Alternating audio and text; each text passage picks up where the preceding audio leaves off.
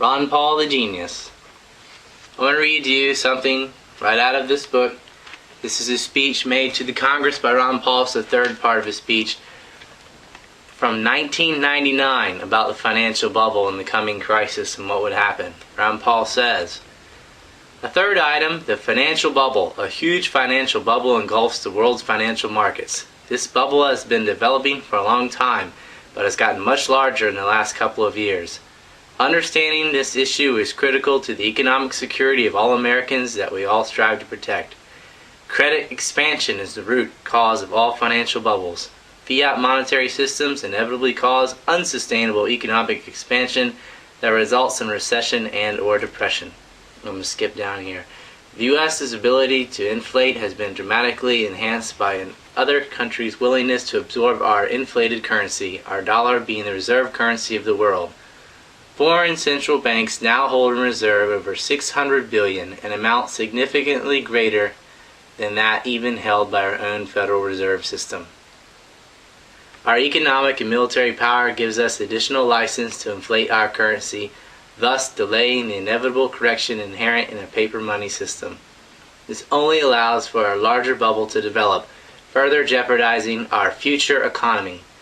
Because of the significance of the dollar to the world economy, our inflation and the dollar-generated bubble is much more dangerous than the single currency inflation such as that of Mexico, Brazil, South Korea, Japan, and others." And this is before the 2002 Argentina bubble. "The significance of these inflations, however, cannot be dismissed. Federal Reserve Board Chairman Alan Greenspan, who was the chairman at that time, when the Dow was approximately 6,500, cautioned the nation about irrational exuberance, and for a day or two the markets were subdued. But while openly worrying about an unsustained stock market boom, he nevertheless accelerated the very credit expansion that threatened the market and created the irrational exuberance.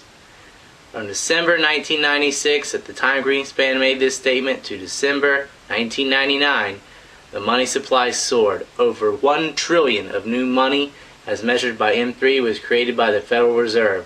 MZM, another monetary measurement, is currently expanding at a rate greater than 20%. This generous dose of credit has sparked even more irrational exuberance, which has taken the Dow to over 9,000, or a 30% increase in just 2 years. When the foreign registered corporate long-term capital management was threatened in 1998, that is, the market demanding a logical correction to its own exuberance with its massive $1 trillion speculative investment in derivatives market, Greenspan and company quickly came to the rescue with an even greater acceleration of credit expansion."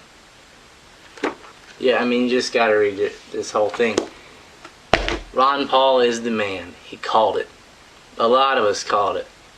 You don't have to be on CNBC to know that new money causes inflation and that we're patching up holes by printing new money.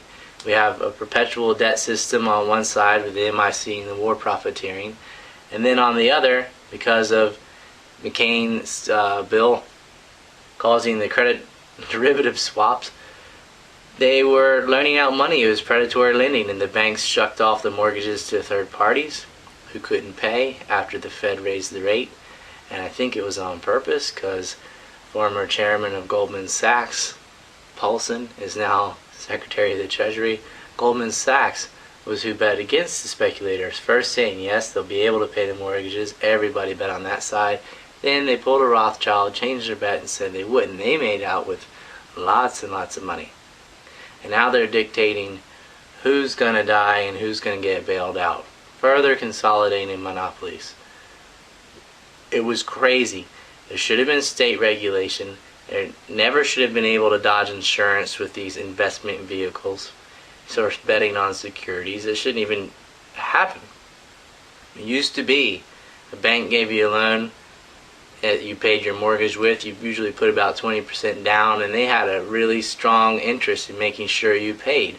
They didn't go and loan out to people who had no collateral and totally bad credit or no credit at all. They just wouldn't do it. But now they will do it because it's a way of seizing assets, because the banks don't get stuck with the bill. They sold the securities to third parties, to Lehman and Bear Stearns, etc.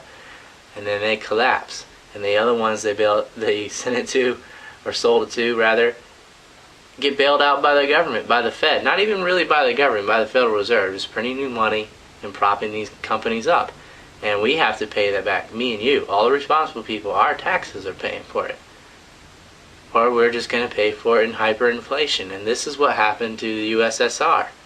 It wasn't the housing market there, but their money supply was overly inflated.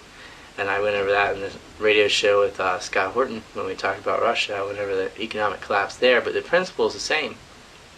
And it's not oligarchs here, it's just the heads of these corporations, of hedge fund corporations, and the Federal Reserve members itself. But it really doesn't matter. It's the American oligarchs, you could call it, because that's what's going to happen. They hyperinflate the currency, and our gas prices soar. That's a meta issue that hurts businesses across the board.